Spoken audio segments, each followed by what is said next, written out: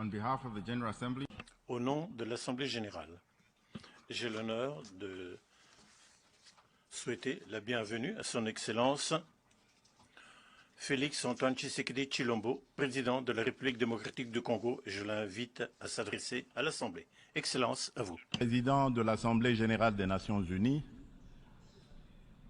Excellences, Mesdames et Messieurs les chefs d'État et de gouvernement, Monsieur le Secrétaire général des Nations unies, Mesdames et Messieurs les chefs de délégation, la tenue de cette 78e session de l'Assemblée générale des Nations unies m'offre l'opportunité de partager avec les États membres de notre organisation la vision et les préoccupations majeures de mon pays, la République démocratique du Congo, face aux enjeux de l'heure dans le monde. Cependant, en avant-propos, je voudrais féliciter son Excellence M. Denis Francis pour son élection à la présidence de notre auguste Assemblée et rassurer l'ensemble des membres de son bureau du soutien de mon pays dans l'accomplissement de la noble mission leur confiée par notre institution. Je m'en voudrais si je ne remerciais pas le président sortant, M. Saba Korosi, pour son leadership clairvoyant et son dévouement qui ont contribué à faire avancer les débats et à trouver des solutions concertées. Mes remerciements s'adressent également à M. Antonio Guterres, secrétaire général des Nations unies, pour son engagement actif et permanent en faveur de la paix et la sécurité internationale. Monsieur le Président, pendant que se tient ici à New York cette session, le peuple marocain n'a pas encore fini de pleurer ses victimes ni guéri ses plaies par suite des puissants tremblements de terre survenus dans la nuit de vendredi 8 au samedi 9 septembre en cours, causant la mort de plus de 3000 Marocains, en blessant au moins 5000 et détruisant plusieurs villes et localités du royaume. De même, les Libyens ne sont pas encore sortis des traumatismes des inondations qui ont ôté la vie à plus de 20 000 personnes et provoqué d'énormes dégâts matériels le dimanche 10 de ce même mois. Le peuple congolais salue la mobilisation de la communauté internationale pour secourir ces peuples frères du Royaume du Maroc et de la Libye. Il leur exprime toute sa compassion et sa solidarité et souhaite une prompte guérison à tous les blessés de ces deux calamités naturelles. Monsieur le Président, au-delà de déplorer ces calamités naturelles, l'actuelle session de l'Assemblée générale se tient à une période exceptionnelle de notre histoire où le monde est confronté à des situations graves qui menacent l'existence même de la nature humaine. À la guerre en Ukraine qui entraîne la crise alimentaire, marquée par une flambée des prix et une pénurie de denrées de première nécessité, s'ajoute l'aggravation des effets du réchauffement climatique, des conflits armés qui continuent à faire rage ci et là. Ces crises qui se renforcent mutuellement mettent au défi le système multilatéral et la coopération internationale. Or, maintenir la paix et la sécurité internationale, garantir la justice et les droits humains, favoriser le progrès social, instaurer les meilleures conditions de vie, sont en effet des vœux unanimes et intemporels de tous les peuples du monde qui doivent par conséquent demeurer au centre de notre action collective suivant une approche réellement multilatérale et inclusive. Nous sommes interpellés à travailler ensemble en vue de répondre à ces défis qui sont de portée existentielle. C'est pour cette raison fondamentale que je salue la pertinence du thème central annuel de cette session, intitulé rétablir la confiance et raviver la solidarité mondiale, accélérer l'action menée pour réaliser le programme 2030 et les objectifs de développement durable en faveur de la paix, de la prospérité, du progrès et de la durabilité pour tous. Cette thématique place les valeurs de solidarité et de confiance au cœur des facteurs de la relance et l'accélération des solutions aux défis mondiaux étroitement imbriqués afin que faire progresser la paix, la sécurité et le développement durable. Ces deux valeurs prennent tout leur sens dans le contexte de crise que nous vivons aujourd'hui. À ce sujet, il est essentiel de rappeler qu'à mi-chemin vers l'atteinte des ODD en 2023, sous l'effet conjugué des catastrophes climatiques, des conflits récurrents, de la récession économique et des effets persistants de la pandémie de Covid-19, les inégalités et la pauvreté se sont aggravées. La faim et la malnutrition sont en augmentation. Les besoins humanitaires et les déplacements de population atteignent des niveaux records. Et les catastrophes climatiques et environnementales plongent le monde dans un risque systémique et existentiel des plus graves. Pour venir à bout de ces fléaux qui sont des menaces réelles à la paix et à la sécurité internationale, ainsi qu'un obstacle majeur à la prospérité et au progrès des nations, il est évident que la mutualisation des énergies et une approche multilatérale dans la confiance réciproque et la solidarité sont des atouts majeurs et indispensables. Monsieur le Président, le maintien de la paix et de la sécurité internationale constitue le fondement et l'objectif primordial de la création de l'Organisation des Nations Unies. Ceci requiert plus de détermination et d'engagement de tous face à toute menace contre la paix et la sécurité dans le monde. Les peuples africains ne comprennent pas souvent l'attitude équivoque, la politique de 2 poids, 2 mesures, les ambiguïtés et atermoiements de notre organisation, plus particulièrement de son Conseil de sécurité, dans certaines crises politiques et sécuritaires qui sévissent en Afrique, parfois depuis plusieurs décennies. C'est le cas notamment de la crise oubliée du Sahara occidental qui déchire 2 pays frères, l'Algérie et le Royaume du Maroc, et dure depuis plusieurs décennies. C'est aussi le cas de celui du Mozambique, victime d'attaques terroristes meurtrières depuis environ une décennie dans la province de Cabo Delgado. C'est la situation en Afrique de l'Ouest, dans la région sahélo-saharienne, où les troupes des Nations Unies se retirent, laissant derrière elles le souvenir de l'inachevé, alors qu'elles incarnaient tous les espoirs de libération des peuples des pays concernés des griffes du djihadisme. La République du Soudan n'en fait pas exception.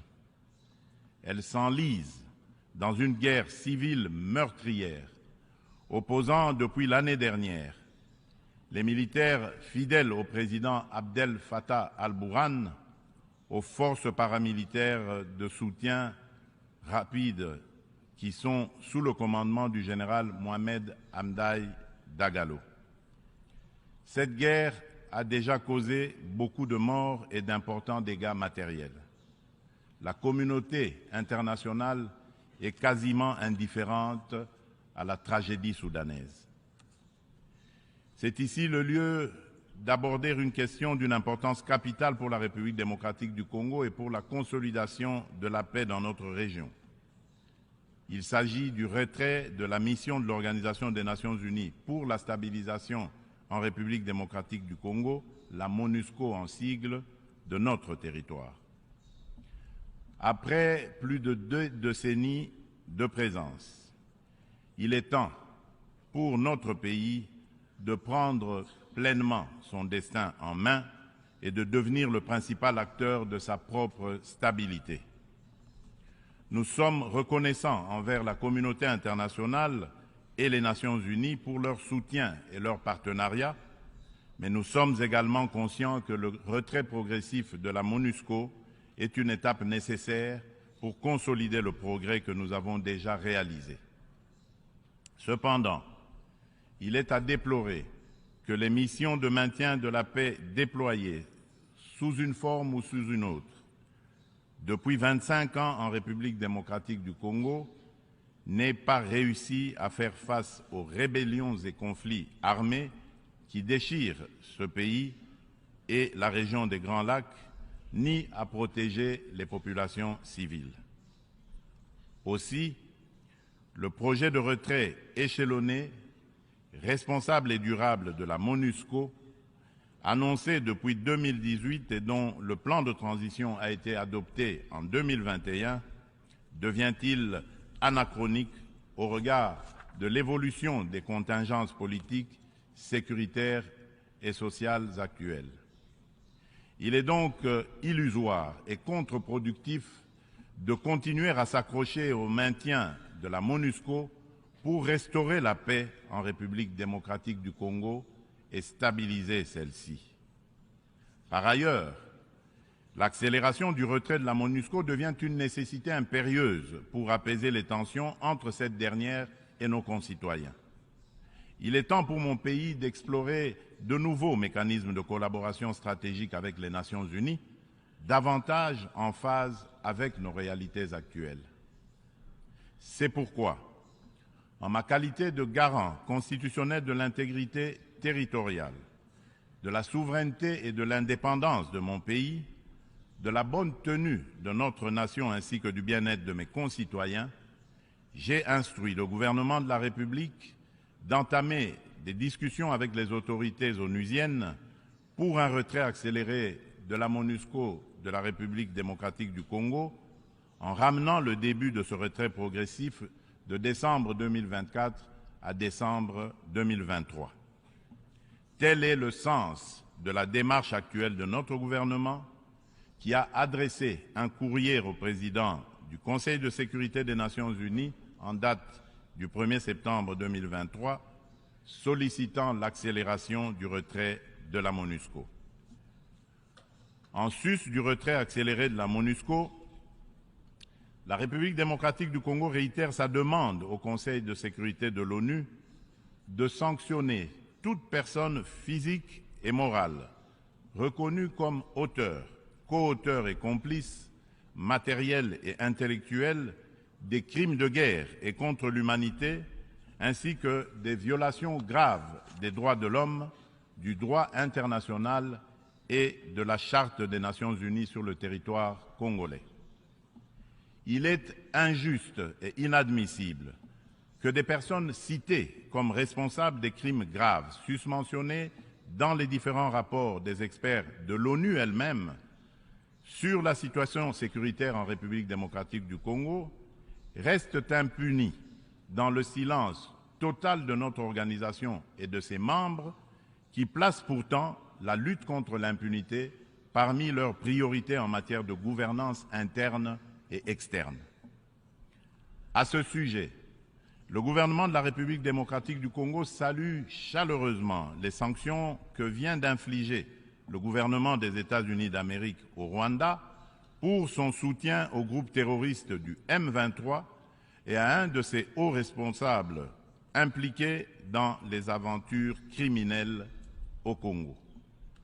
Pour rappel, ce groupe terroriste supplétif du Rwanda ne respecte aucun des engagements conclus par les chefs d'État de la région dans les cadres des processus de Luanda et de Nairobi.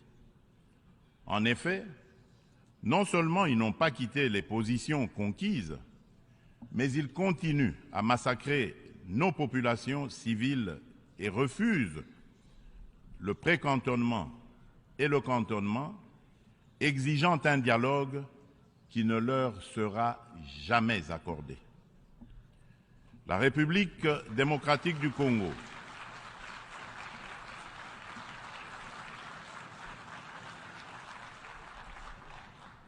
La République démocratique du Congo espère que les autres États suivront ce bon exemple montré par les États-Unis d'Amérique de soutien à la lutte commune contre l'impunité et au triomphe des idéaux de justice et de solidarité entre les peuples. Le gouvernement congolais attend de la prochaine réunion du Conseil de sécurité qu'il accorde une attention toute particulière à sa requête et qu'il soit constructif dans la gestion du processus délicat et laborieux de paix dans notre pays. Monsieur le Président, un autre défi qui préoccupe au plus haut point toutes les nations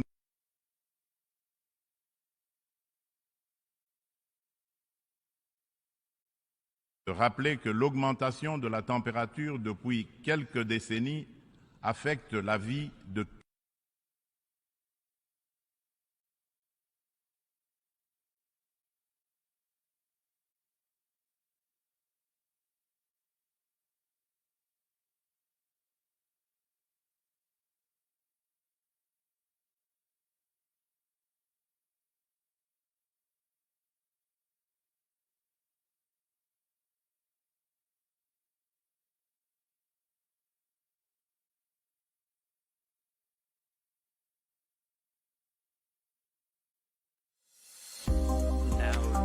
to act as a heavyweight when it comes to providing solutions to global warming and to ensuring future economies that are more green and more responsibility.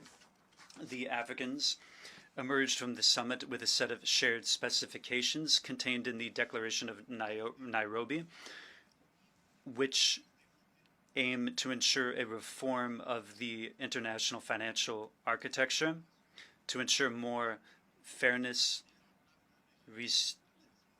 restructuring, debt alleviation. Sur le commerce des combustibles fossiles, ainsi que sur le transport maritime et aérien. Ils ont rappelé également aux riches pollueurs un engagement pris en 2009, mais non encore honoré jusqu'à ce jour, de fournir 100 milliards de dollars américains en financement climatique. La République démocratique du Congo demande aux Nations unies et à l'ensemble de la communauté internationale de prêter une attention particulière aux revendications légitimes de l'Afrique. Dans ce cadre, mon pays appelle à la création d'un marché carbone équitable et des prix incitatifs tout en renforçant l'efficacité des financements climatiques. Il espère une opérationnalisation rapide de l'article 6 de l'accord de Paris et soutient l'idée des partenariats mutuellement bénéfiques entre l'État et les secteurs publics. C'est dans la même logique que la République démocratique du Congo réitère sa disponibilité de coopérer avec tout partenaire, public ou privé, pour mettre en valeur ces minerais stratégiques en vue de la transition écologique et a pris des engagements courageux, notamment ceux de consacrer 30% de la superficie de son territoire national à la préservation de la biodiversité et de déposer une contribution prévue déterminée comportant des mesures d'atténuation axées sur 4 secteurs prioritaires: l'agriculture, les forêts, l'énergie et les transferts de technologies, ainsi que des mesures d'adaptation. Monsieur le Président, le multilatéralisme et le respect d'un système mondial fondé sur des règles ont soutenu la paix, la sécurité, la santé et la prospérité dans de vastes parties du monde depuis 78 ans. Les Nations unies incarnent ces principes et restent un acteur indispensable pour faire face aux menaces existentielles contemporaines, qu'il s'agisse de la crise alimentaire actuelle, du changement climatique, du terrorisme, ainsi que des pandémies et de la prolifération nucléaire. Aucune de ces menaces mondiales critiques ne peut être résolue par des nations agissant seules, aussi puissantes soient-elles. Tout cela exige une coopération multilatérale. Pour conserver la confiance de la communauté internationale, l'Organisation des Nations Unies doit montrer qu'elle est capable de s'adapter au temps présent et de relever avec efficacité et responsabilité les défis d'aujourd'hui. Aussi, pour donner un nouveau départ au multilatéralisme, la réforme de la Charte des Nations Unies sur les points clés, Conseil de sécurité, veto, chapitre 7, recours à la force, est-elle indispensable, mais ne serait pas suffisante. Les chantiers ne manquent pas. La coordination et la coopération entre les différentes institutions et agences des Nations Unies sont imparfaites. Des problèmes globaux sont abordés plusieurs fois dans différentes enceintes, sous des angles différents, de façon contradictoire. D'autres ne le sont jamais, nulle part.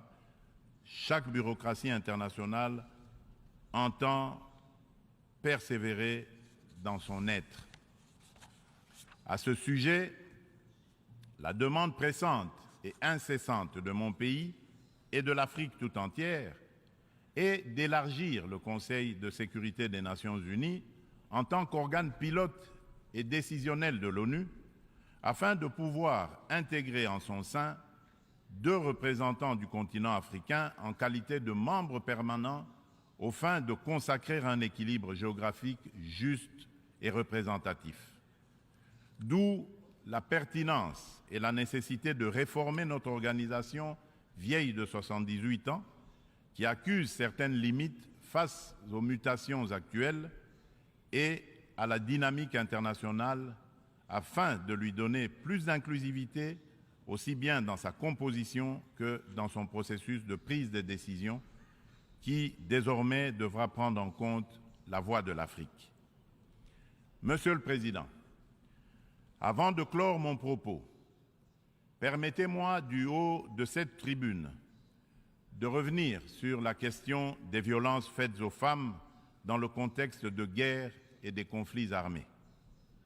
Il n'est un secret pour personne que la République démocratique du Congo est l'un des États africains où les violences sexuelles contre la femme sont les plus déconcertantes, du fait notamment des décennies de conflits armés. Afin de soulager les souffrances des femmes victimes des violences liées au conflit et de réparer un tant soit peu le préjudice leur causé, mon pays a mis en place des mécanismes institutionnels spécifiques. Il s'agit notamment du Fonds national de réparation des victimes des violences sexuelles liées au conflit et des victimes des crimes contre la paix et la sécurité de l'humanité, le FONAREV, créé en décembre 2022. Dans le prolongement de ces initiatives de protection et de promotion de la femme, la République démocratique du Congo s'emploie inlassablement à changer le regard des hommes sur les femmes, notamment en bannissant les structures sociétales qui créent des barrières à l'épanouissement de la femme, ainsi que les dynamiques de pouvoir qui sous-tendent les relations hommes-femmes. En effet, les compétences et les ressources données aux femmes ne suffisent pas à elles seules pour changer leurs conditions. Il est indispensable, en plus, de changer les dynamiques sociales au sein des couples, des familles et des communautés. C'est tout le sens du projet de promotion de la masculinité positive que j'avais initié depuis le début de mon mandat à la tête de l'Union africaine.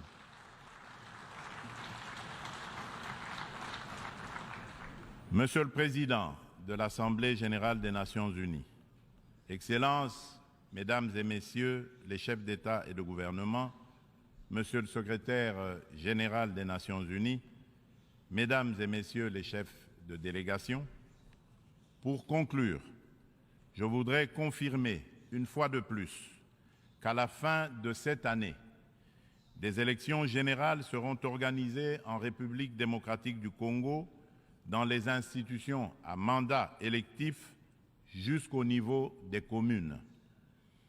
En vue de garantir leur succès, toutes les parties impliquées se mobilisent activement.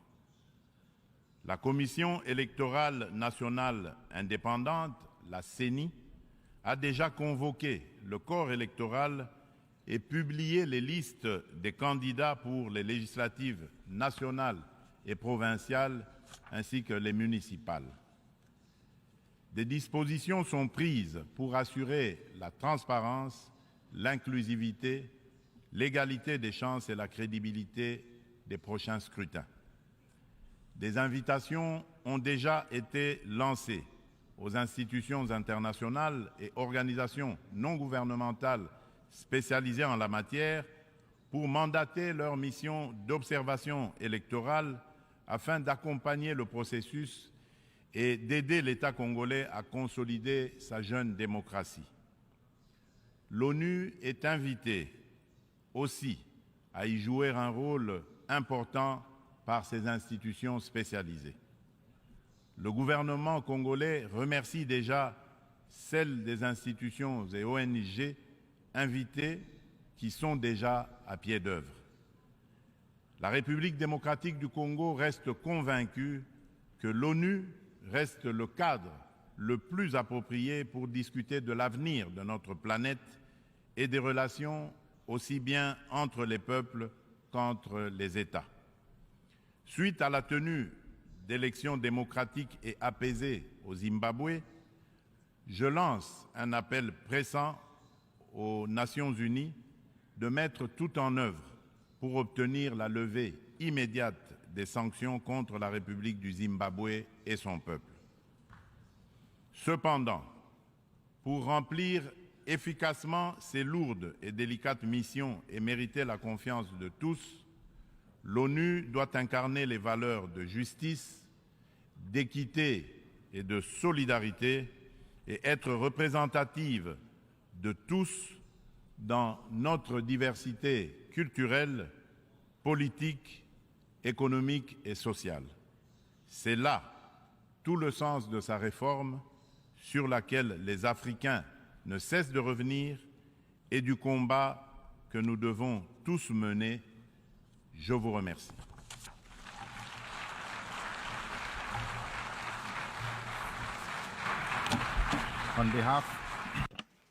Au nom de l'Assemblée, je tiens à remercier le président de la République démocratique du Congo de l'allocution qu'il vient de prononcer. Je prie le protocole de bien vouloir.